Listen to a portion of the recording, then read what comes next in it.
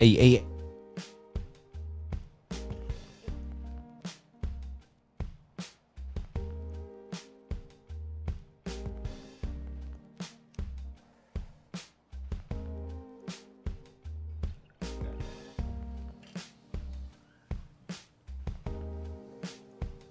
The mics are hot.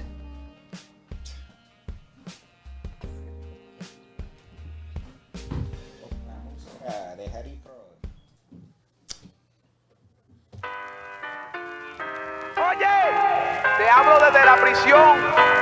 Wilson Manyoma. Borbona.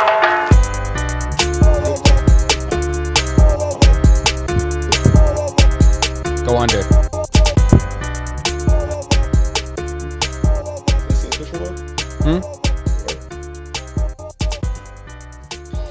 And we're live. Masters and None podcast episode 83. 83. And a special podcast at that. Very special. We got a very special guest in the house.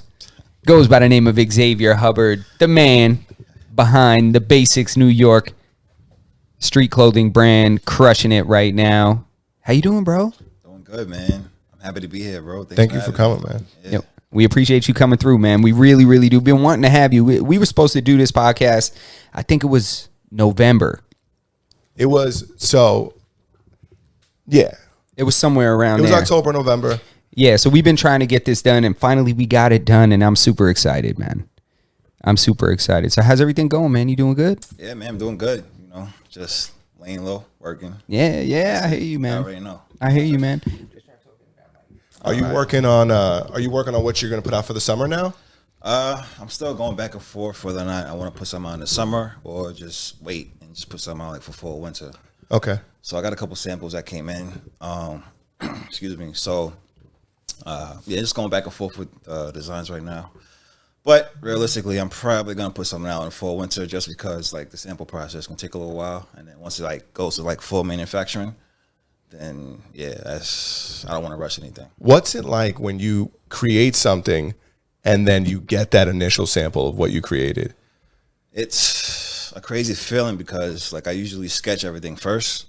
Oh, you sketch it on paper? Yeah, I sketch everything first, and then I take it to the computer, like Illustrator, and then from there, I send it to like a manufacturer, and we go back and forth with like the measurements, because I do everything custom, pretty much. And so we go back and forth with the measurements, the fabric, and yeah. So like once it gets there, it's like a crazy feeling, just because you know everything starts on paper, Yeah. and to see it actually manifest into real life in a physical form is just. That's what I'm See, saying. crazy. That's crazy. That's what we actually were. You know, that's what I wanted to touch on a little bit with you. Is like, what is that? You know, the process, and you know, it entails like you said, it starts on paper. So everything comes from some kind of an idea. Is there an inspiration or something? Like, let's say you hear a song or you see a movie or something like that. Is that where something like that stems from? You grab a piece of paper and just start getting to work. Man, so everything for me, as far as like the brand goes, like the actual name did start from a song. Two Okay. songs. Ironically, is both by Drake and Pusha T. Fire. Ironically. Okay. All Right. right. Beef, right? At the time, I don't think they were beefing like that, but I was working on a project. So I'm gonna speak to the name, like how I came up with the name Basix New York. I was working on a school project at the time, and y'all already know that I went to school for graphic design. Exactly. And so, like, I had my playlist like running. Can y'all hear me good? Like, Yeah, you're good. Yeah, you're so, good. You're good. So yeah, I had my playlist just running, and the first song that came on was Drake's freestyle, like "Say What's Real" freestyle. Mm-hmm. And in the song, he's like, "Yo, I'm just giving you the basics. I can't like live and tape. Like somebody got to hold the camera, something like that." But Yeah, he yeah, used the yeah. word basics in it, and it just like stuck out to me. And then the very next song was Kanye's "Runaway." Ooh. And then that Pusha song. T's verse came on, and then he's like, "Yo, baby girl, I'm just giving you." He said, "If you can't accept the basics, then there's like plenty holes in the ball, nigga matrix." Uh-huh.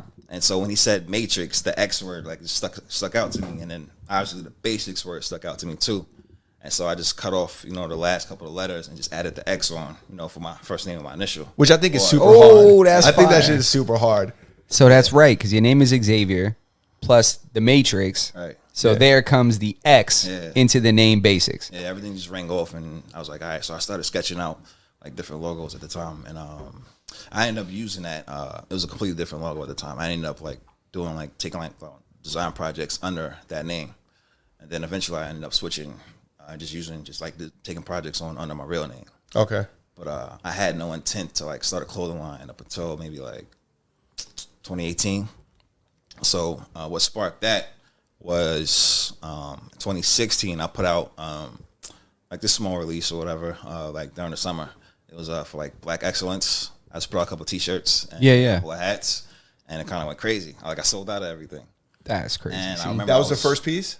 Yeah, that was the first thing I ever designed, clothing wise. And it's crazy because I'm sure you didn't have any crazy expectations. You were just like, yeah, I'm gonna just put this out because I'm into it. You know, this is a creative outlet for me. You go into it, you do it, and then there it goes. Yeah, and so I remember I was going to my boys' job. We were going to Afropunk in Brooklyn, and I'm sitting there, you know, I'm getting lit, and my phone just like goes off.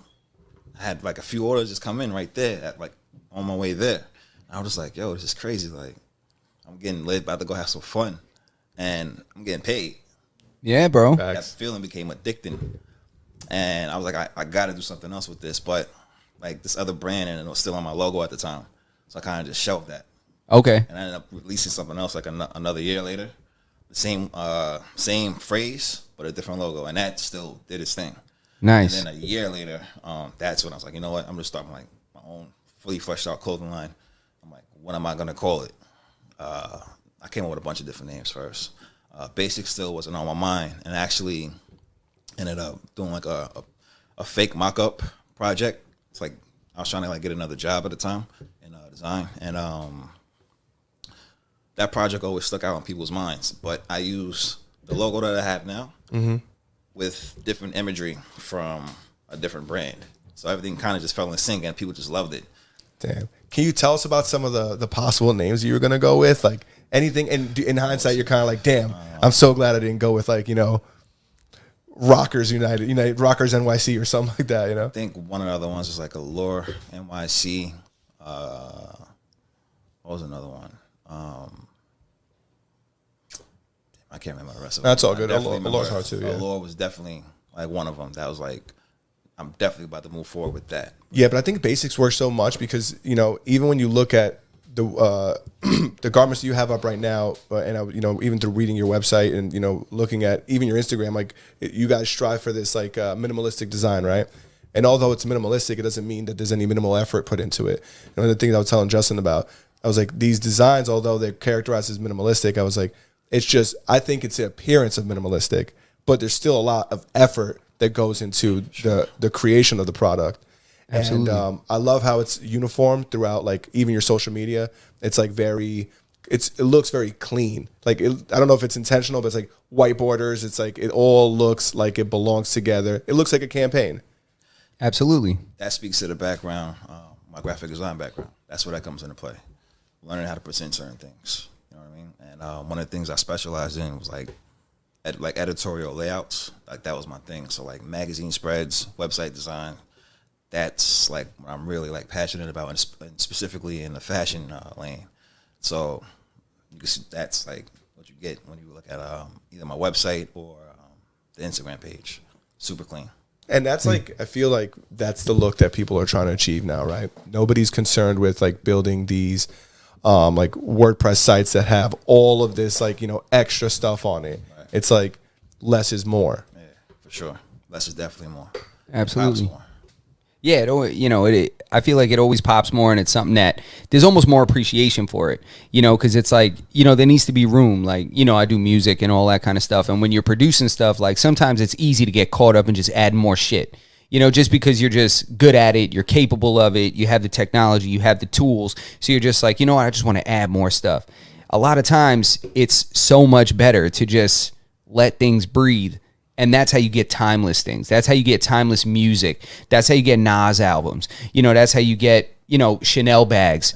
You know what I'm saying? Like that's the way that you get it. That's how you get, you know, a Basix logo. That's how you get your sweatshirt on Rick Ross. You know what I'm saying? Like that's how that happens. You preserve that classic look and that timeless piece that, you know, every piece, because, you know, I've worn Basix on this podcast multiple times. You know, I got you know, I pride myself on kind of snatching up as much as I can as soon as it comes out, you know? So, that, yeah, for sure, bro. You know, and it's not just because, you know, I want to support. It's because, two things meet. It's like wanting to support at the same time that it's a fire product and it's something that lasts. Like, it means something to me when I wash an article of clothing multiple times and it comes out looking the same. Yeah. It comes out, it doesn't shrink. Things like that are important to me. Like, because there's brands out there that are popping that their shit comes apart in the wash, logos come off, all kinds of stuff like that. And it's just quality on top of, that simplicity that makes something, you could wear it multiple occasions. I mean, you could dress stuff up, you could dress it down, you could, it's just like, it's something that I really appreciate. And I want to talk about that specifically, like where you were saying like materials. I'm sure materials, like how many do you go through a ton of material? Do you kind of already know all the materials at this point? Or are you still like hunting through different materials to find out, all right, I'm going to make this, out of that. And then we'll get to the question. I see it. To a degree, yeah. I kind of already know, like just always like being involved in like streetwear as well. You guys know I was always like I used to wear the Supers back in the day, the Gold Supers and all that. Yeah, stuff. for So sure, always bro. just been like super involved in that space. And so As a fan of the culture, and as a fan of the culture, and if you notice, like over the years, the consumer has gotten like became super knowledgeable about the product. yeah, exactly. Fabrics, the work that goes into making it. And I was part of that, you know what I mean, in the early days. And so it's coming into it, granted, it's still a lot of learning. It's a new space for me, fashion, as far as like developing the clothes and everything. But yeah, so a lot of times, so the pieces that I put out so far, I already have in mind what I like, as far as like fabric wise, I know what I want to like. And that's what I love about like quality clothing is like, for me, it's like a weight thing, right? When I pick up a sweater, like I want it to feel a certain way. I want it to feel a certain weight. And I feel like it's not like, sometimes you buy like car parts or something like that from like, whatever. You buy like cheap products overseas and you pick it up, it's mad light and you're like, damn, this doesn't feel like sturdy. Yeah. I have like a similar thing for clothing myself. Like I pick something up and it's like, you could feel the difference between, X brand sweater and Y brand sweater. It's like, it's a difference in quality. And we got a question in the chat for you. Yeah, definitely. So from Spaz, it says, so I noticed the majority of the dice images are 7. Is that a gambling reference or is that some other special meaning to the number 7? Yeah, that's where it came from. Just watching like street dice games in the 90s growing up. That's exactly where it came from. Damn, that's a good attention to detail, right? Nah, that's good. And again, this is, this speaks more so to the quality of the brand, and that people, there's little things like that you may not notice. It's like a song lyric. I know I compare so much shit to music. It's like a song lyric. Like when you're a kid, sometimes you don't really get it. And then as time goes on, it just, everything makes sense. Yeah. You start to pick up little details. You rewatch a movie, you see something that you didn't see before that you just appreciate. You know what I mean? You go back and watch Fight Club, you're going to find stuff every time you watch it. Yeah. You go back and look at, at a piece of a Basix clothing, you're gonna notice something different, like this sweater that you put out recently. I know the sets that kind of came out, right? So there's a sweatshirt and shorts, but they're a nice heavy French terry, and that shit is quality, and you can feel it. It's like you said, it's like Jurassic Park. Remember when the kid is picking up the night vision goggles in the truck and the guy's like, put that down. He's like, why? He's like, are they heavy? He's like, yeah. He's like, then they're expensive. Put them down. You know what I'm saying? So dude, I pick things up, and if it doesn't have like a certain weight to it, I'm like, this can't be what I thought it was gonna be. Yeah, exactly. And it's just, you could just tell it's just quality, man. That shit is quality, and quality like that, it keeps you warm, but at the same time you don't sweat. It's like, it's something like that. It's breathable, but at the same time gives you that, that coverage. And in addition, and I know people who are like super into fashion I don't think that they take into consideration longevity, right? But as somebody who I can't say like I'm super into fashion. Like I'm wearing a George shirt. George is a Walmart brand, by the way. It's a new one. George nonetheless. So when I look at clothes that like have that weight or have that quality, I'm like, oh, not only is this going to be great at what it's of the intended purpose, it's going to look good and it's going to last me a while. Right. Absolutely. And I like busting out things a couple seasons later. I like pulling things out, and it's the same way people do like retro Jordans, right? If you got those Jordans from back in the day and then you put them away and then you pull them out in school, this is a perfect example. I never wore my fresh clothes first. I always wore last year's stuff first, because after week 2, no one got fresh clothes no more. But when I bust out the fresh, clean Air Force Ones week 2, it's like, damn, you still going? Because they don't remember what I wore last week, Nah, bro. They're like, damn, you still going? And I haven't even switched the laces on these puppies yet. So see, wait. See, man, I was fucking up. I was wearing my fresh shit the first day. I had to put bags on my feet. You know what I'm saying? I had to put bags on my feet and shit, you know? But eventually, you know what I'm saying, you're able to pull some fresh shit out, like, you know, with maturity. I wasn't really thinking that far ahead when I was in like high school and shit. Yeah, you know? man. You look at Spaz. He says, "I think I finally at the point where I don't have clothes from high school anymore." So I know he's about my age, in his 30s or something like that. Still have, you know, like clothes last a while, and when you put your money up and you just buy quality clothing, like it's going to last you. Right. Yeah, it's like buy quality once or buy cheap shit multiple times. Yeah, I'd never seen that hat before, and when he walked in, I was like, damn. What is it's not, is it, I don't want to say like suede or like nubuck. I don't know, what is it? Is it suede? Yeah. I was like, damn, is that suede? Yeah, It's no. nice. Nah, and again, this is what, you know, it just speaks to the quality and the materials and stuff like that. So before you said that you kind of have an idea, it's almost like a full concept that you're thinking of. So when you sit down, you're sketching something out. Let's say you're sketching a sweater or something. You already have a concept of how you want it to look and feel. Yeah, but I kind of treat it like a design project. Okay. So I'm always looking at different images. I'm like on Pinterest. I'm heavy with it. I just save a bunch of different pictures. So since I started the line, I'll just save like a bunch of different pictures, specifically like from New York in like the 80s and the 90s. Just looking at the different type of clothing that they wore, and that's where a lot of inspiration comes from. And so I'll just pull certain things from that, mix things up, and try to bring it to life for today's time. You know what I mean? Yeah. And just add fabrics that necessarily weren't used back then, but use it now. Yeah. Fabrics that should have been That's used what's back up. then, maybe. Yeah, Oh, I but like a lot that. of that stuff back then still lasts today. Yeah. Yeah, a lot of it was good, like really good manufacturing. So I pull a lot of inspiration from 80s and 90s, man. Do you do you mentioned the 80s and 90s? Do you do any like because like you said, the consumer's so smart nowadays. Yeah. They know about everything. And that's the reason why people are having difficulties replicating things, and companies go so hard, overseas to try to imitate what other companies are doing. But the consumer could look at it and be like, nope, that stitching is off. That would have never been released from a Nike factory. That's not what that is. Yep. So things like that. But what my question was, do you do any like predictive, because you're designing for months in advance, sometimes a year in advance. Are you doing like predictive designs based on what you believe is going to be, or because the designs are minimalistic, do you anticipate that they're timeless? A little bit of predictive designing. Like I pay attention to the trends as well, like what's happening today. So with that, I try to just add my spin to certain things. If I want to move forward with a certain trend that's happening now, but I really just want to aim for like timeless designs and just stay in my own pocket, create my own, not niche, but my own lane, and just keep replicating. It's like branding. You just continue to do, what your brand, I guess, like stands for. You know what I'm saying? Mm-hmm.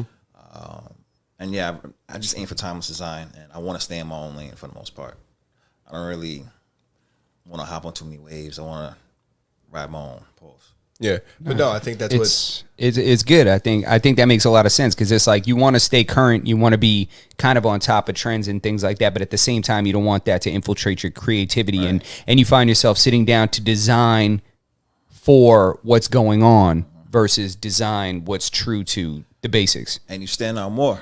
Exactly. You're just doing your own thing. As long as it's dope, as long as you have solid product, that's what matters the most. You have to have solid product, and then you have to get in front of people after that. But the product is going to speak for itself a lot of the times. Yeah, I hear you. It's like, letting it kind of, speak for itself.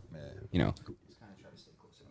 I want to ask about. I definitely want to ask about what you mentioned earlier, and how you've gotten certain people into wearing your clothes, or how not gotten them into wearing your clothes, but how those things came about. But before, we talked about like streetwear and stuff like that. What do you think about like how streetwear has become now? It's kind of become this like resale like industry, and it's not necessarily like a purist the way it was before, right? So when we're talking about the times that you were wearing supers and things like that, those things were available, and you could go to boutiques and find these clothes. Now It's not the same anymore. If you're not on a raffle or on a crazy long line, then you're gonna pay double for somebody who isn't really into this but knows they could get some money off of it. I don't really like that aspect of it, but once again, like when I like was, I don't want to say I seen it from the beginning, but I seen it from like the earlier days, like when Kanye was like really starting to like find his groove in the industry and fashion as well. So I know what it was like then. Like even then, I had to for me to get the gold supers at that time, I had to get them from Australia on eBay. Oh damn! That's how crazy it was to find them, and I have to like scan all through the forums to figure out who had them, and it was crazy back then, but it wasn't nowhere near as bad as it is now. I think the people back then, they actually cared about the space. A lot of the people now, I think they just want to make a quick buck. Yeah. Yeah, like a come up. You know what? It's not just like clothes. It's not just streetwear. It's not like clothing. It's everything.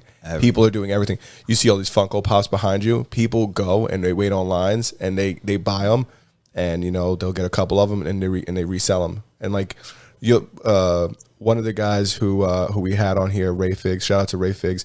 He's a pop collector, and he goes out and he hunts for these pops, and he'll know like how many are there. And when you get to the store, you count how many people are online, and like, damn, I might not get one of these, but you stay out there, to try to, because that's the name of the game, right? Yeah, for sure. Yeah. Can you imagine if like the Red Octobers came out now, as opposed to when they came out back in the day? They were probably, I don't remember, and I didn't try to get one back then, but I think like getting them back in the day would have been significantly easier. As if like then the other day Justin tried to get the Yeezy slides, and it was hilarious. They came out, they dropped at 4 a.m. I went on at like 8.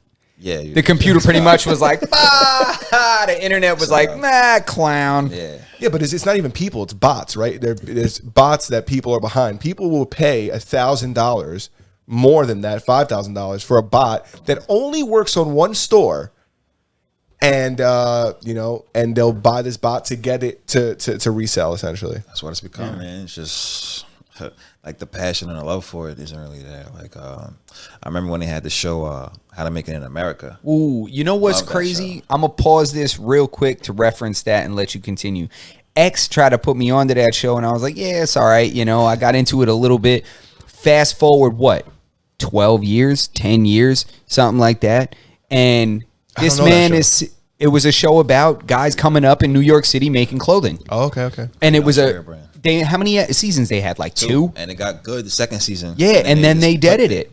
And it was, I think, because the culture at the time wasn't as educated on startup clothing brands the way they become now. Today, if they re-release that show, there's still sometimes you'll see Reddit threads that pop up about people trying to petitions to make How to Make It in America pop up again. My hairs are standing up because this dude used to tell me, yo, we be working, busting our ass at work. This guy be telling me about this show, and I'll be watching an episode here and there, and then just fast forward, and this guy has a clothing line that, like, it's so inspiring. I get, like, emotional thinking about that shit. And now, like, today, fast forward these years, and he's got this clothing line that is high quality. It's fire. I fuck with every piece he comes out with, and people are noticing. Important people are noticing, There's nothing better than knowing somebody when they have an idea and then watching them create that and like manifest it. Everybody has a ton of shit that they want to do, that they think about doing, that they believe their life will be better if they have accomplished, so on and so forth. Not many people go out there and actually do it, right? And continue it. And that's the thing, is continue it. That's the big part, like is that consistency, So in the follow through, I'm just enjoying the journey. I'm learning so much, even all the failures. I think I told you, I lost my whole first investment. Yeah, that's right. I shot a photo shoot for it. I produced the whole run, the sweatshirts. It was a gray and blue ones with the zippers on the side. Oh, that half and half one? Well, I just put it on Instagram as half and half. Oh, okay, but it wasn't. Yeah, so it was a gray sweatshirt with the zippers on the side, with the white. It wasn't embroidered. It was like the patch. Like the patch, like jersey lettering almost, right? Like varsity? Like varsity varsity lettering. Oh yeah, that's right. With like it's almost like that, like the Sherpa in the middle, kind of like almost like that carpeted type of, like the varsity shit. Yeah. And then New York was embroidered underneath. And so I had that in gray, and I had the other one in blue with the zippers on the side as well. And yeah, lost the whole first investment due to like a manufacturing issue. And yeah, I just had to eat that. Damn. I mean, that's that's kind of the name of the game. I mean, these are the stories that intrigue me about the kind of the process of what it is that you've gone through in terms of doing this. So did you end up getting those like that shipment, or it was just lost, like, or it just came out the way you didn't want it? What, So rookie mistake, always get your samples, always do the samples. So when I first like reached out, it was some manufacturing company over in like Pakistan, and a lot of people at the time were shifting over to get their stuff like manufactured over there because it's more affordable than going to China. Most people usually go to China first, or just go to China in general if they can't, because like New York and like LA is like really expensive in comparison. And so you mean to produce here? To get everything manufactured. Yeah, Eventually I'm gonna move. Like right now everything is getting, for the most part, certain things are getting done in China. But I'm going to move everything over here. I want to move everything in New York eventually. But, yeah, so I was trying to take a shortcut. And, yeah, I skipped the sample process. And it was really a simple design. So I was like, they can't mess this up. Yeah, they're like, you want us to send you a sample? Nah, you can't fuck this up. Yeah. And so it's supposed to be a regular sweatshirt, how it looked in the pictures. But they sent it with the kangaroo pockets on it, like it was supposed to be a hoodie. Oh, it was like a crew neck with a kangaroo pocket. Yeah, and I was like, bro, I didn't ask for this. And it's like, oh, don't worry, buddy, it's gonna come out fine. We'll fix it. I was like, all right. That was like the first picture that they sent me. So I'm thinking they're gonna like fix it for the 4 run. So I'm like, all right, just fix it for the 4 run. I don't care. And then they ended up shipping it to me, and I got everything under the impression that they went ahead and fixed it. And Damn, so they sent you the whole shipment with the kangaroo pocket that you didn't want. See, that right there is, these are the growing pains of, being a business owner and investing and taking all the risk. And, that's the game. I mean, it's screwed up. I mean, down the line, you'll look back and laugh at that, but at the time you're like, God damn, like all the money I put into this, all the time I waited, Especially as an initial investment, right? That right there, which is, kudos on you, because a lot of people would probably just hang it up after that. Exactly. Those are the speed bumps. You send me 500 of the wrong shit right away, I'm going to be like, you know what? This shit might not be for me.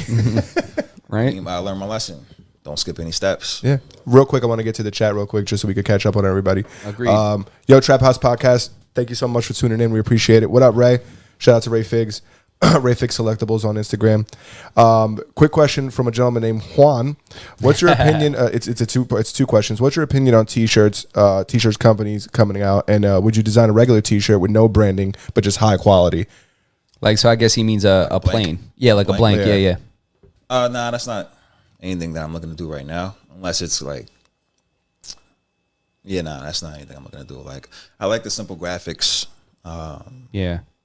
On like the front, and just have like the logo on the bottom or something like that. Because to me, I kind of look at a white T-shirt or a blank white T-shirt as like a empty canvas on Illustrator or a piece of paper. So I like to just fill it up with different illustrations or designs. So that's how I look at that.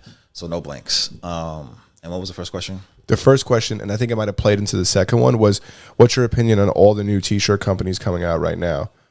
Like the pop-ups, I guess, like the overnight shit, I think a lot of it's like merch for like people who are just influencers. I feel like a lot of clothes that you see, perfect example is Travis Scott. You see everybody wearing Cactus Jack shit, and it's but they look at it as if it's designer. Because it's just the name behind it. That's really it. Yeah. Becomes like a collector's item, less for the quality and more so for the person. But the timeless shit is what you're trying to do. Yeah. That's the stuff that eventually people understand. It's like at first it's like it's different, it's okay. And then it's like when the consistency continues, again, the consistency in the execution, you keep on making these products and you keep on doing this, eventually it overshadows all these pop-up overnight t-shirt companies, because it's like, this isn't an overnight t-shirt company. This is a brand that's here to stay. It's a streetwear brand that has those timeless designs and it's stuff that's going to be around, for years to come. I mean, that's the goal, right? Yeah, and so to speak to the t-shirts, there's like some real shitty quality like t-shirts out there that you can like buy wholesale or whatever. And some of them I was just testing out a bunch of different t-shirts with graphics on it. Some of these things never made daylight, and I like wear them to the gym or something, and it just be like shit in like a week. So I'm like, all right, I know I'm not fucking with this. Yeah. With this. So I found a solid like T-shirt company that makes high quality T-shirts, and I get everything like screen printed. So I think they're gonna last a long time. Just giving it fabric. I think you got one of the Dice T-shirt, right? Yeah, I got the Dice. I got the lady one too. Okay, you got the lady one too. So yeah, like the quality, the fabric is that. And so with that, to me, what I think is I'm like, yo, eventually that can end up like a thrift store or something. Yeah. The quality still be nice. Yeah, for graphic, sure. I have a nice little tint or fade to it. Yeah. That's popping. Yeah, Yeah. You know what I mean? that's when I you love that. you make that switch to that vintage look. Yeah. You know, and only good quality brands are able to last until that vintage stage. You know, because if you're falling apart, if your threads are coming out, your sleeves are coming apart, that shit is gonna fall apart super quick. I was, you know, before I had to change because we had to move a bunch of stuff around. I was sweating, so I ended up taking a shower and changing. But before, my intention to what I was gonna wear tonight was a throwback like Dallas Cowboy shirt from like the '80s.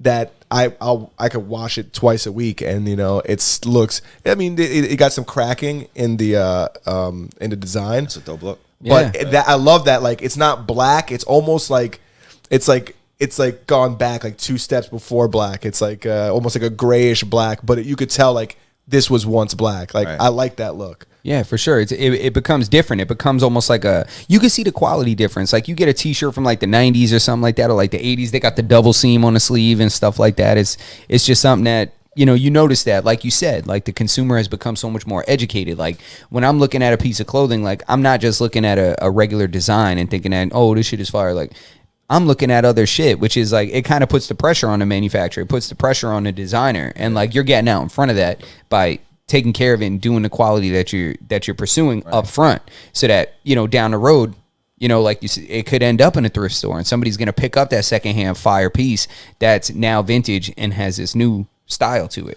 you know? Well, 2 things. I know for sure. Like I said, I lost that whole first investment. So I just dumped everything off at the thrift store. So I know somebody going. Like, You dumped those off at a thrift store? yeah, I can't. What I'm gonna do with all these pieces? I can't God wear damn, them. I'd have bought that shit. Yeah, can't sell I kind of would have took one, took the pocket off. You know. It wasn't complete. No, you know Watch what? when Yeezy, watch when Kanye's gonna drop crew neck sweatshirts with kangaroo pockets, and I'm gonna go find that motherfucker. I'm not a big like I think it's I respect what you did, and I agree with you in the sense that like from a visual perspective, and I'm not creative at all. But I can see that as well, not being maybe desirable. And you know, it's not what you wanted. You knew what you wanted, and that wasn't it. So for you to have put that out would have been you putting out essentially, yes, your design, but it's like it's been tainted. Yeah, it's a, you know, it doesn't stick to the vision. And again, that's part of that, you know, that's part of that process, is sticking to the vision, staying true to the vision and true to the goal, and not letting, you know, people derail you from that. Even though you're like, damn, you know, you could have made a significant amount of that investment back, because I'm sure most people wouldn't have even taken notice. They would have been like, oh, this shit is fire. But in your mind, you can't put that out. And that commitment to the vision is what makes Basix New York what it is. Yeah. Just to catch up on the chat real quick, Coast Life says, not when it falls apart, you got to give it to me, and I give it new life, which is fun. Yeah, that's dude. Yeah, Coast Life, he has a clothing brand called One Off Customs, and that's what he does, is he does like repurposing clothing. Like it's like a lot of that happen. Yeah, so he's trying to like kind of make stuff like sustainable and things like that. So he'll take something like he takes people's clothing that they have that they're ready to toss, their favorite pair of jeans that's all ripped up in dog shit now. They give it to him. He repurposes it. He'll add stuff. He'll paint on it. He'll draw on it and stuff like that. And then repurpose it and either sell it or give it back to the person that sent it. I like it when people do that shit with denim, when they chop up like different colors of denim, and then they'll put it together to make a scarf or something. I don't know whatever the case. You gotta is. see what they do in Japan with it. What are you doing They're in Japan? sick with it. They do great. They They're are super creative. sick We're with so it. behind the times when it comes to like a lot of things versus Japan. Like, and one of them is technology, and another one is like crazy ass fashion. Yeah, there's one more question in the chat, and then I want to get into how Rose ended up in the French Terry Basix New York sweater. Yeah. So and let the record show, I had that shirt first. real quick, Spaz says, "Are you trying to stay in the leisure wear space? Any plans to branch out? Socks, gloves, underwears. Shit, I need a bathing suit coming up this season." know what's funny? I was actually like designing like some swim trunks, like nylon swim trunks. So I'm still like going back and forth. Like it was something I might I was thinking about putting out in the summertime, but like I said, I'm aiming for the fall winter. As far as socks, I actually did design some socks like 2 years ago. I just never like went through with the full process. That was actually like kind of challenging, that process. But I just like simplify some of it. Like I don't, maybe it was a manufacturer that I was dealing with. Like I had a simple design, but they were like, yeah, we can't do it. Like print the logo on both sides because of something. But I can't remember exactly what it was. But the process became difficult, so I was just like, forget this. Yeah, their machine doesn't flip socks. They're like, hey, we only do one side, brother. But he's like, don't worry, because you can only see it from one side. Ralph Lauren socks are the same way. There's only a logo on one side, which I'm not into because you're not going to tell me which sock this sock belongs on. That's actually, in my experience, that's most socks because I have quite a few pairs of Adidas socks, and that's the way they are. Like they have like the Adidas logo down one side, and it's a pain in the ass when you're doing laundry. I'll be honest with you. Yeah, but that's I literally got I'm like, what? I'm like, this is a pain in the ass to fucking match up. Like, what the hell's going on? Yeah, honestly, they should do exactly what you were thinking of doing and put them on both sides. I hate the fact. And then, what's the right side? Does the logo go in or out? Because when I bend my leg up, I would like to see the logo. Oh, when you cross your legs like the gentleman you are? I am a gentleman. So that's dope. I just there's a couple other questions I had. So we went over the creative process, the minimalistic approach. Is there, when it comes to the whole process of designing, like you said, it starts off with a sketch, then it goes into, because you have the background in graphic design, so you're able to go in and kind of finalize things in like Photoshop, things like that, or Illustrator, what have you. Anything else like marketing or handling social media, handling things like that? Do you do that? Do you outsource that? Do you have or are you kind of wearing every hat in the company? And we hate it too, by the way. Yeah, we hate it too. It's annoying. If you haven't noticed, like before our podcast, we jump on there like 20 minutes before we go live. It's terrible. I'm not a fan of social media. The only part of social media that I enjoy is just the creative side. So I'll create how I want things to be laid out. Like on a post or a story, I'll lay everything else in a specific manner. But I don't enjoy marketing. I still do it myself. Like a lot of stuff, like even before I started the clothing line, I had other businesses like online. I actually do digital marketing, all that stuff. So I have experience with like running Facebook ads, Google ads. So I know it. I don't enjoy doing it though. My thing is I want to eventually back away from that and just focus on like the creative side of things. I do outsource like the photography. We do my videos. Appreciate that. We got some classics. Right, shout out to Shooter in the Raw. Yeah. And so I did initially try to do it myself, and it was just shit. And so I was just like, yo, I can't do the photography. And then you hit me up saying, yo, let me shoot some videos for you, bro. Yeah, man. And then we got fucking 2-3 classics under our belt right now. Yeah, we got a couple, man. We got a few. But you're doing it all the right way, right? This is a product that you're going to put out your names on, all this stuff. And if you know that you can't produce the quality that somebody else can do, then let's get it. We used to have a friend back in the day that used to always want to race his car, but he wasn't a good driver. And everybody would be like, yo, we're all putting money in on this race. Like, just let so-and-so drive the car.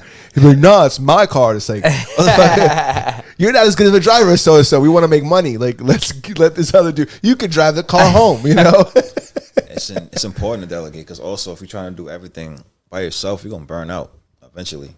So, yeah, you got to delegate, especially as you grow.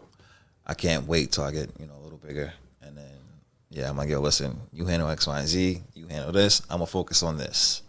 Yeah.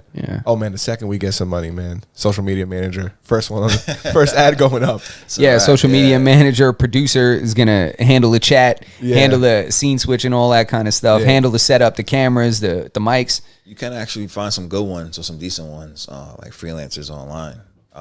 Put them up for like a little contract for maybe a month or so, 60 days, and they can handle that for you.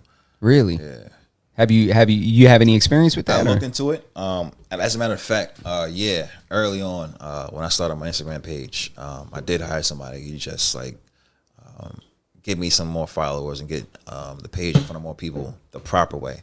don't do it the way it's going to give me like shadow ban or nothing like that. Facts. And then Instagram actually ended up doing an update, and so he just refunded me my money at the time. He's like, yo, you can just like come back later after I figure out how to work around this update. Yeah, the new algorithms. Yeah. And it's when it comes to social media and just managing like social media, it's like you said, it's the algorithms, and we also got to remember that they push the stuff that they want to push. So like somebody getting on the explore page, or like don't beat yourselves up too much, because a lot of that stuff is on there because somebody like specifically wanted that on there. Yeah. Because they push forward the stuff that they want to push. Social media is not this like free world where like the most liked stuff comes up first, right? That's not the name of the game. It should be that way. The same why isn't our timeline in like time order, like chronological? It used to be at one time, but there's no money in chronological. The money is in people paying, sponsored ads, people paying for things to be upfront. That's always kind of at the root, of everything, of every algorithm change, of everything. It has to do with money, whether it's money that somebody's paying them to get you there, or money based on attention span, getting people able to stick their eyes on there and keep scrolling. And they're constantly testing. Yep. Like now they're focused on Reels. Yeah, exactly. That's what's getting the most And it's messed engagement. exactly, and it's fucked up because they want these new features to be promoted. So if you're not using Reels, they don't care about you. Yeah. If you notice, like every major person, they always shift with the times of what's popping on social media. So if like when stories came out, everybody that was crushing the stories was getting pushed daily. When they came out with live, everybody that was going live was getting pushed every day. They were putting those people in front of you. And same thing like with the Reels and all that, and now YouTube with the shorts. I was just gonna say that there's no more creativity in it. It's like we're all just making the same thing. Yeah, it's like YouTube has shorts, TikTok is shorts, Instagram has shorts. It's like this is all the same thing. Vine doesn't exist anymore because they just put Vine in Instagram, and then they were like, okay, we don't need you guys anymore. This app doesn't need to exist. Yeah, They're all competing. Yeah, absolutely. So I did want to touch on just on, also, of course there's pieces that end up getting produced, right? Like, let's say like the hat design, let's say the sweatshirts, the shorts, what have you. For every design that ends up making the cut, right, and making its way into production, are there tons of ideas that get scrapped? Yeah. Like how, because I think that's important for people to hear. Like, for every hit record, there's 25 duds, right? Or album cuts or B-sides. You know what I mean? So I imagine that the same thing would occur with with clothing design, right? It definitely does. So to speak to that specifically, like I go crazy once I take it from the sketch to Illustrator, I go crazy. So I'm just filling it up with a bunch of different colors, and then I'll have a different idea. I'm like, you know what? I'm gonna add this to it now. Yeah. And I just keep going. So I'll literally have like 20 different art boards. I don't know if you guys super familiar with Illustrator, but it's like you can have. they're like tabs, right? Nah, it's not. They're tabs. like layers, right?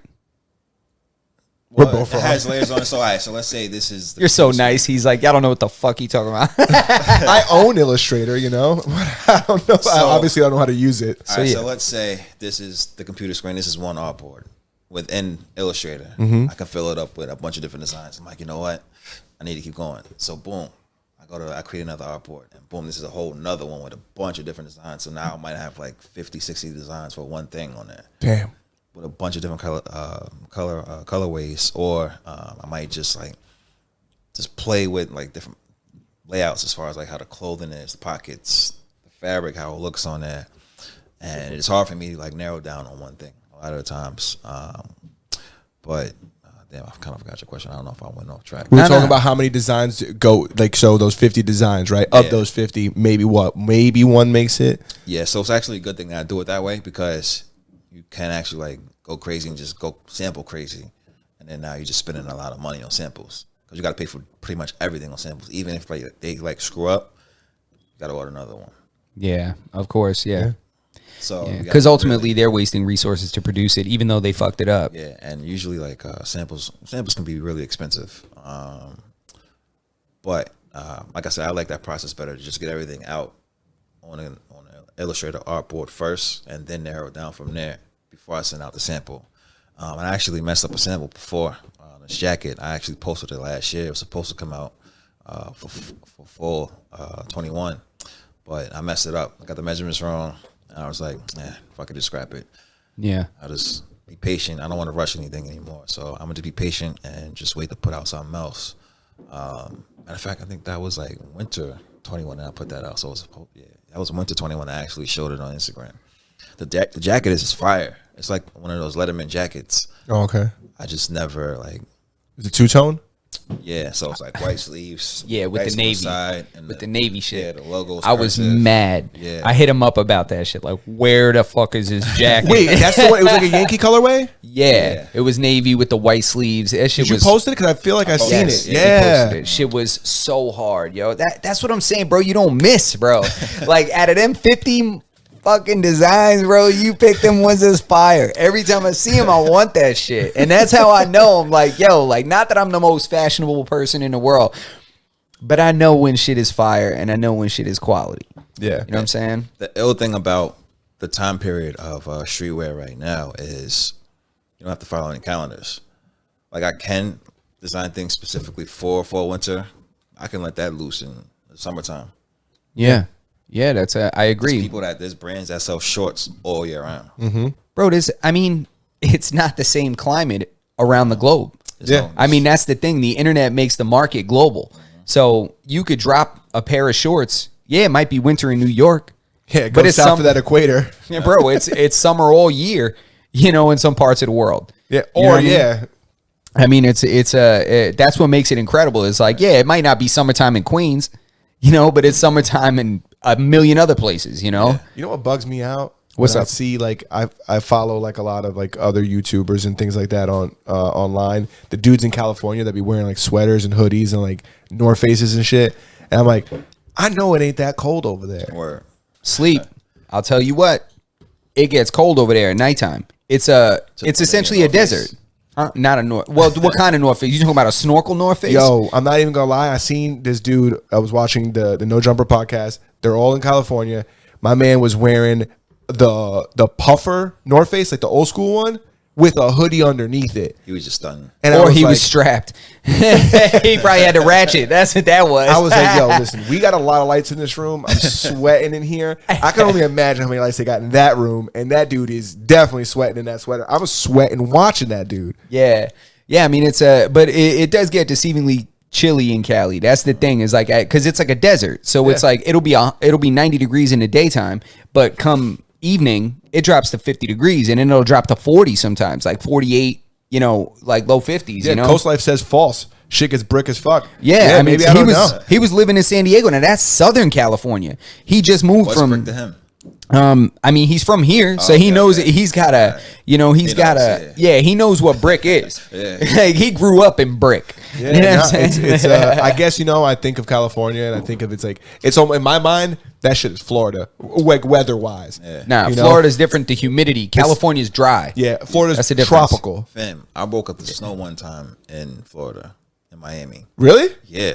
What? Yeah, well, there was a couple of weird seasons they had where like they had problems with like their economy based on the chill. Like they were like, yo, the frost killed the lemons and the oranges. They're like, yo, our produce is fucked up out here. They're like, what? Just like when Texas got that snow, people was dying. Yo, Texas got snow. Motherfuckers didn't have power for weeks. Yo, people died. I'm like, yo, y'all died. Don't come to New York. I'm like, you can now because you've crossed over. But had you not passed away, don't come to New York. Yeah, bro. They're just not set up. Like, there's no plows over there. There's no infrastructure for that. Facts, Was it Georgia that had all the ice and people were just sliding down hills? On the highway, right? Like Yeah. There was like 85 car pile-ups, right? I was like, damn. And then I was like, wait, that happens on the expressway every winter here too. You know what I'm saying? So, Although we see snow quite often, when it snows over here, people forget how to fucking drive too. Facts. People start driving wild when the snow comes. it's like instant idiot. Just add water. You know what I'm saying? Like that's all you gotta do. Like, I want to get into, the story that Justin mentioned earlier, Rick Ross putting on your clothes, like how'd that come apart, and like how'd you see it? Is it something that you just seen? Did somebody hit you like, yo, this motherfucker's wearing your fucking sweater? Nah, so I actually was following, and so I came across another clothing brand, and I was just looking at this story, and he was like tag somebody like that's a part of like his crew, and he was like, yo, if y'all want, y'all can send it right here. And so I just followed the hashtag or the link, hit him up in the DMs, and I was like, yo, I think we're supposed to fuck with this. And so I told him, if you like it, or if you think he'll like it, I can send it to both of y'all. I can send both of y'all something. That's how you do it right there. Yeah. Everybody got to eat. And so he was like, yeah, this shit is fire. Just send it here, this address. I didn't tell him to wear it or nothing like that.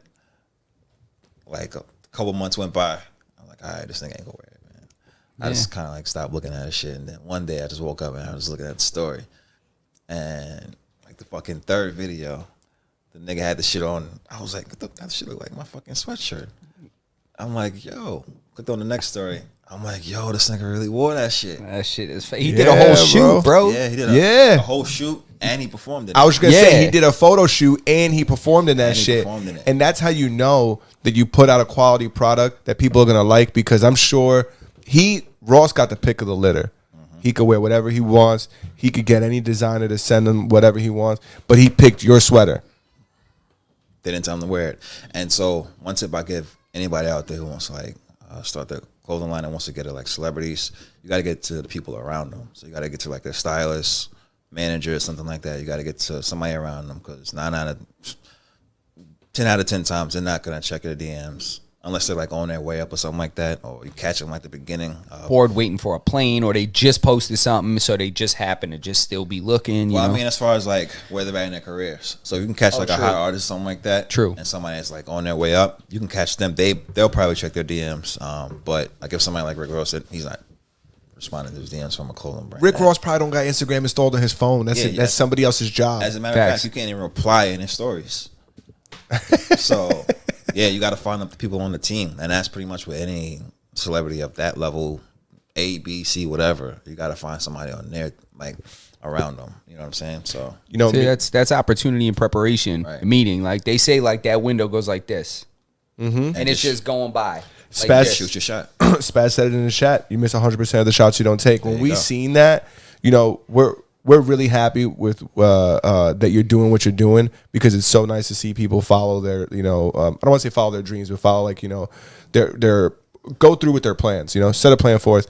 And it's so great to see, and seeing something like that solidifies that you're going in the right direction and you're doing the right thing. Yeah. It pushes you, it motivates you to go forward. Dude, we were talking about that for weeks. Right. Right? Because it was just like, I'm just like, when you see something from its infancy, and you see the work, and you see the sweat, and you see the research, and you see the dedication and the commitment and the consistency to do it every day, nobody believes your dream until you've made it. Yeah. You're crazy until you bust through the ceiling, then you're genius. Yeah, and it's not like it's something that, we see that shouldn't have happened. It's like, no, this should be happening, and it is happening. It's like, it's not crazy that this happened. It's just like, yes, this is what should happen. Yeah. Now you guys, And it looks, it looks overnight to somebody looking from the outside in, right? Yeah. And, I even put on, on our story before we, we went live, like earlier today, I put on a story like that we're going live with you. And it's like, and I put that, I said that it's like a streetwear brand that appears to be overnight, but every overnight success is 10 years in the making. Mm-hmm. You know what I'm saying? So it's like all of the, the shipments that got screwed up. Like Rick Ross doesn't know any of that story. He just knows this shirt is fire. This sweatshirt is fire. Nothing, but he just looked at it and liked it and put that shit on, right? It's crazy. I'll show you guys after.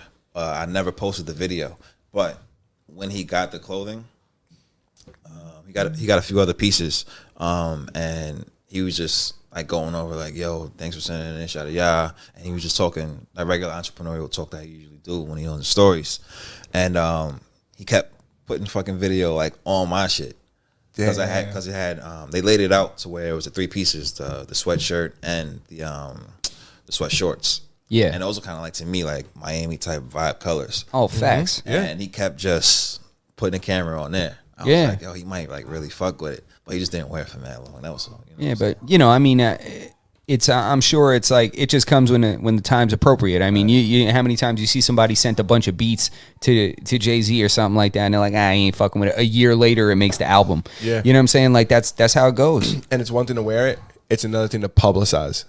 Exactly. If you wear it at home, if he wore it to like play basketball, is one thing. He wore it to perform and do a full-on photo shoot, which Complex. Facts. It was posted by like, Complex. yo. Blew my. I was like, yo, this is and again, it's like you're surprised, but you're not, because I'm like, yo, this is where this level of clothing and this quality of product belongs. It belongs with people that are gonna be that that are at that level of like of understanding the culture of wearing that clothing. Exactly. People who wear that quality clothing and they understand like what they have, he picks that up. He probably had 100 shirts that were, you look at the tag and they're made from this brand, or they're made from here, they're made from there. But when you pick something up that's quality, you could tell the difference.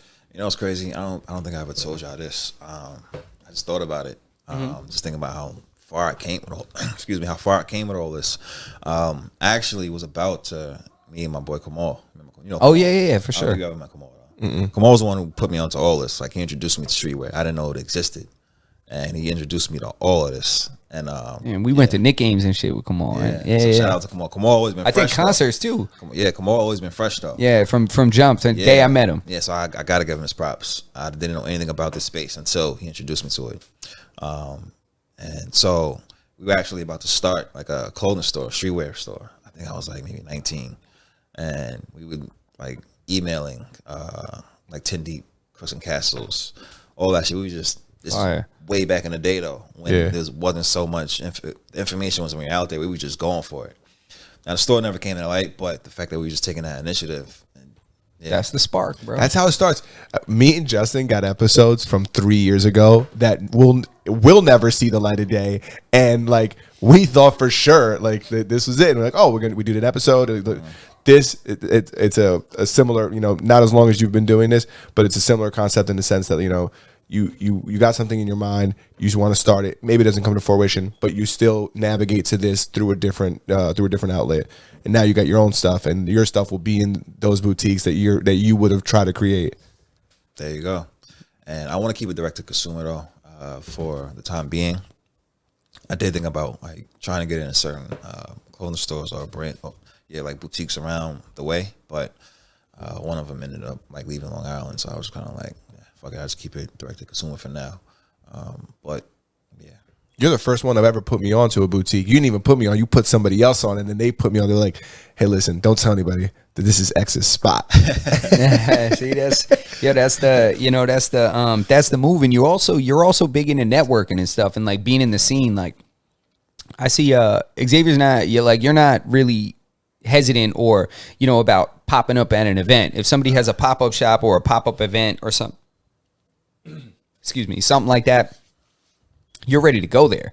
Like, you're ready to travel, you're ready to commute into the city, you're ready to hit a party, you're ready to hit a rooftop, you're ready to be like, listen, like, this is what it is, this is my brand. And that's a lot of it too, is just like the confidence in your product. And when your product is that good, you have the confidence to send it to somebody like Rick Ross. You have the confidence to pop up at that party and be like, listen, check my clothing. Like, it's the preparation and opportunity meeting at the same time. Yeah. Like, that's the trajectory of that success. Yeah. And that's how it happens. Like, let's say you were still unsure, like, I don't really know, like, I don't know, like, I guess this manufacturer, when people hand you some shit or send you some shit and preface it with, well, it's not done, right. Like, this is, it's still kind of in the works.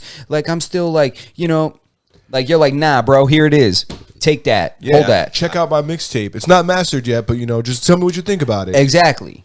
I'm confident. That confidence will come from just putting in the work. I know the work that I put in.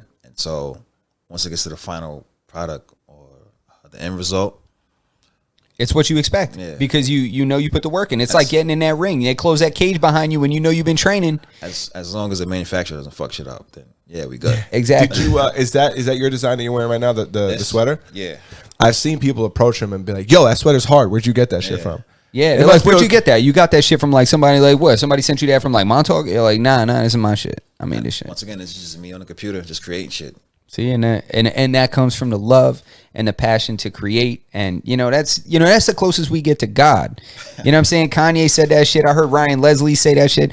He's like, yo, that's the closest you can get to God is creating from nothing. So whether that's a song, whether that's a clothing brand, whether that's a beat, whether that's a podcast, whether that's some kind of you're creating from nothing. Like that shirt doesn't exist without Xavier Hubbard. Yeah. You know what I'm saying? You can compare it to one of the early on in my early design career, like one of the most, what's the word I'm looking for? Damn, it was just on my brain. Intimidating things is to look at it like a blank canvas. Yeah. And you got to fill it up. Yep, exactly. But you can also compare it to writing down rhymes. Exactly. You got to fill that page up. Got to fill it. Shit's blank. Look at a, painting. Like, that's just exactly what it is. You look at that. I mean, if you look at it, this mic is nothing without somebody talking into it. Facts. You know what I'm saying? Like these lights ain't shit without somebody standing under them. You know what I mean? It's that, it's just the nerve. Like there's got to be a level of ego, right? Oh, 1,000%. There's a level of like, shit, I fuck with it. Like there's a level of it like that, you have to. Like for us to get on I here. was just going to say, we get on here twice a week and just talk shit. Like somebody gives a fuck. Yeah, exactly. Like somebody gives a fuck. You make that shirt, you design that, you design the clothing, you produce it, you go all the way, you have that produced overseas and then take it and send it to an artist like, yeah, bitch. Put my shit on. Like that's just real. That's just, there's a slight level of that, but that is what's required to make it to this level. Like to stand up and do comedy, you got to have a little bit of arrogance to be like, I'm funny. And even the amount of rejection that you get. Exactly. Every DM isn't going to get answered. Nope. You just got to keep Facts. going. Exactly. I remember when I met Prodigy, rest in peace, like, and I rapped for him and played him my video. He told me straight up he didn't know if I was serious or I was joking. He said that? He told me that right to me. Prodigy said that to Prodigy said that to me. Rest in peace. He said, see, the thing is, Don, I don't know if you for real. Yeah, dead ass. I don't know if you for real or you playing. He said your rhymes, I don't know. Well, how you look, your rhymes and this shit don't match. You know what I'm saying? Like, because I guess he thought I was nice, I'm assuming. Yeah. You know what I'm saying? But I guess I looked like a little knucklehead, you know what I'm saying? And he was like, this shit don't match up. You know what I mean? Well, you got also, you can look at the time. Like, look at somebody like Mac Miller. Look at what was coming out at the time. It did fit. Yeah. You know what I mean? I think he might have just been a little frozen in a different time, I was just gonna say that style of music, that it's like a subgenre of like hardcore rap. Yeah. That pairing would have never worked. Yeah. Nah, it was like you didn't have enough songs you could stab people to. Yeah, facts. You need it was music that you could commit murders to. Yeah. And to impress him. And it hits you at a point, you know what I mean? And then for you to continue to go home, I mean, I went, like I went, that was like, I did like 2 albums after that, and then that's when I did the record. Yeah, that's when I did the record with Mickey Fax, and it just wasn't a good fit for me. Like if you send that shirt to like Barack Obama, he might not wear that shit. You know what I'm saying? But you send it to Rick Ross and he's gonna rock that shit. You know what I mean? It depends on the demographic. You got to understand your consumer base. But I will tell you one thing. I think that the look that you're projecting is very diverse in the sense that many people could wear it on many walks of life. Facts. It's not like a Supreme shirt that only like you got to be between the age of 34 to like, and under to wear. You look at a company like I have a 10 Deep shirt that says fuck 10 Deep. I can't wear that shit anymore. Yeah. 32 years old. I can't have a shirt that says fuck on it. Exactly. Or the one with like the bones and they be flipping the bird and shit like that. But shit like that. It's like, yeah, that's cool like for a rebellious teenager. But it's like as a grown ass man, I'm trying to wear some basics. You know what I'm saying? Like, you know what I'm saying? It definitely, like, is more for like kind of like the more mature vibe. You know what I'm saying? For men. Yeah, for but sure. Still have that, a little bit of streetwear to it. I love the color scheme and like the colorways that you came out with the last run you did with the sweatshirts and the sweatshorts. I wore that shit, yo. I was getting compliments. I don't know if I told you this. I wore that when we went on vacation to Key West. Me and my girl went down to Key West, and we went down there, and people was like, yo, like, what is that? I wore the whole suit, and it's like, there's some shit you don't know about. You know what I'm saying? Like, this is where you could get it. Remember when we were doing the photo shoot for this shit? And the dude stopped us and was like, a guy Yeah. stopped us and was like, yo, what are you wearing? Yeah. And we put him onto the website and shit and like go order it. He's like, yo, that shit is fire. He like texts his man and shit. He's like, yo, what is that? And we like, it's like the clothing line. It's his clothing line. That's fine. We will have the website in the description. Can you shout out the website real quick? Yeah, so you can find the clothing at basicsnewyork.com. That's basics with an X and New York at the end.com.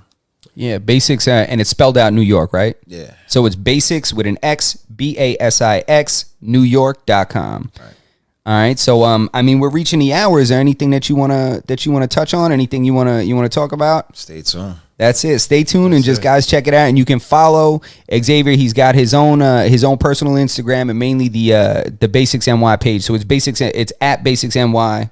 At Basics New York. At Basics New York on social media. So you guys can check that out. Of course, we'll have the website linked in the description. And just go check the website. Just take a look at the pieces because I'm telling you right now, there's something for everybody on there. Facts. You know, something for everybody on there. And congratulations on your success. And I wish you many, many years of success. And I hope to God that that this just continues to pop for you, man. And thank you for blessing us, man, coming down. Bro. Yeah, for real. We appreciate it, man. Of course, man. Come we on, appreciate you, man. Thank you, man. And for anybody that's a seeker, what's up, man? Seeker's in here too, and everybody in here. I expect thumbs up from everybody in here if you guys want to jump on there and just show some love.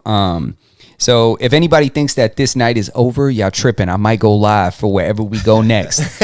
I don't know where we're going, but we're going somewhere. Follow us on Instagram to see what we're doing later on tonight. Don't forget, guys, if you ever missed the episode or you came halfway through, you could always rewatch it on YouTube. You can listen to it on Spotify, Google Podcasts, Apple Pod. Anywhere you listen to podcasts, you'll find the episodes. They are delayed. Don't forget that this episode won't be out. What's today? Thursday. It won't be out till Monday, and so on and so forth. And that's audio-wise. Audio only, yeah. So you can listen to the video or watch the video on YouTube, on Twitch. It'll probably render by probably midnight or something like that. So if you guys want to check out the episode tomorrow or what have you, man, check it out again. Xavier Hubbard, thank you for coming through, bro. We appreciate you, man. Thank you for coming through. Check out Basics New York. And that's it. Episode 83, Masters and Them Podcast. We out. That's it. And I'm going to hit this button. That's all the way over here. Oye, te hablo desde la prisión, Wilson Manyoma. Por favor.